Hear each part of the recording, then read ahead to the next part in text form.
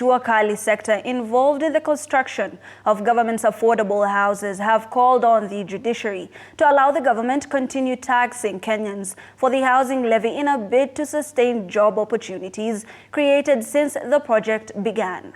The craftsmen and other stakeholders who stand to gain from President William Ruto's action plan contended during their protest that their livelihoods would be severely impacted if the project failed. Last month, the court granted stay orders prohibiting the repeal of the affordable housing levy until January 10th, 2024. Micah Gongo with the details.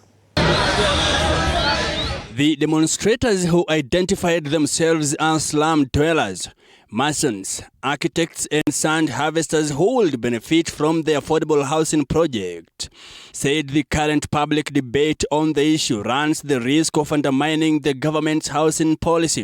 Ni mradi mzuri sana. Sasa hii new regime wakati imeingia, our president amekuja na nguvu mingi, hii manyumba ziendelee Kenya mzima. Na tukaambia wenzetu, sisi tuchaonja hapa Park Road, tunataka na nyinyi muonje kila mahali. Sasa hii tuko na site kama 50. Sasa hii zinaendelea. Sasa hizo zote zikisimamishwa sitaenda wapi? Ile kitu iko tuchukuane kama brothers, patriotism kama brothers, kwa sababu tusipomaliza hizi slums, hata wewe unakaa hizo nyumba za juu, utapata mtoto wako drugs zina sneak kwa estate za maana.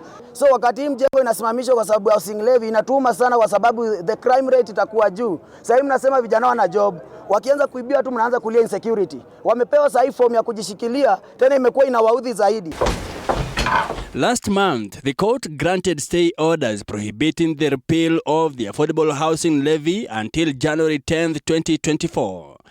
A three-judge bench deemed the housing levy to be discriminatory and unlawful. Especially mahakama ipikiwe na ujumbe wetu mzuri sana ya kwamba sisi mafundi tunataka nyumba, tunataka kazi, ndio watoto wetu waende shule, watu wetu wakule mzuri, na tuache kuishi kwa mambanda kama huko Mathare na nini. The Nairobi citizens, primarily from the city's informal settlements, countered that one of the primary reasons for organizing the protest was that their standard of life will improve if the initiative succeeds and the government delivers the inexpensive homes on schedule. Na tunaomba Wakenya wenye moyo wenye usaidizi kwetu, tusaidieni hii mradi yetu ya housing iendelee, tukae makazi mapoa, maana sisi pia tufurahi kukaa kwa hizo nyumba za maslamu. Tumeteseka na flying toilet. They pledged to submit a petition to Parliament endorsing the levy, which President William Ruto maintained was the most reliable means of generating jobs.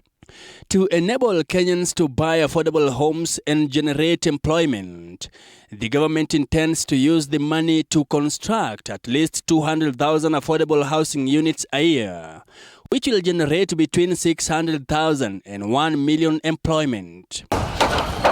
The housing project has been a source of livelihood to many parts of the country since it started under the Kenya Kwanza government. In Kianyaga, Geshoro constituency in Kirinyaga County, the project is in progress and at 15% complete since it started. The developer says the project, consisting of 110 units under a cost of 270 million shillings, is expected to be complete within 11 months. Hii kazi imenisaidia kulisha watoto na kusomesha watoto pia. Na tuna expect contractor, na hiyo iko kwa contract yetu, in the next 2-3 weeks anafaa kuwa na sign agreement, MOU agreement with the local Jua Kali industries hapa, ndio watatengeneza hii milango. Given that the primary obstacle has been implementation, President William Ruto stated that he was certain and committed to see through the plan to completion. Now, the courts allowed the government to continue taxing Kenyans the housing levy until January next year, when the case will be settled. Mike Kagwongo, TV 47.